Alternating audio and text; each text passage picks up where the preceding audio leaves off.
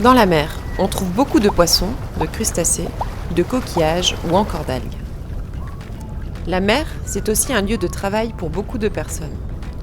Les territoires de Dinan Agglomération et de la communauté de communes Côte d'Émeraude disposent d'un littoral avec des activités de production halieutique, dont l'aquaculture et la pêche. Au large des côtes bretonnes, on peut pêcher beaucoup d'espèces différentes, comme le maquereau, le merlan, le turbo et bien d'autres encore. Il y a par exemple les tacos qu'on trouve en abondance. C'est un poisson délicieux et simple à cuisiner.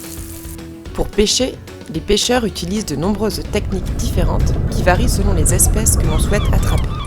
Pour le taco, on appelle ça la pêche au filet. Mais il existe aussi le chalut, la bolinche ou encore l'hameçon.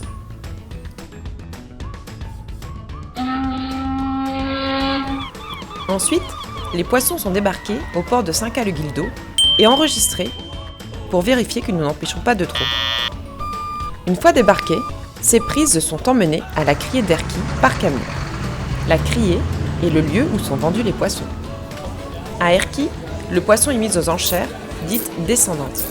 Cela signifie que le prix baisse jusqu'à ce qu'un acheteur se manifeste et achète le lot.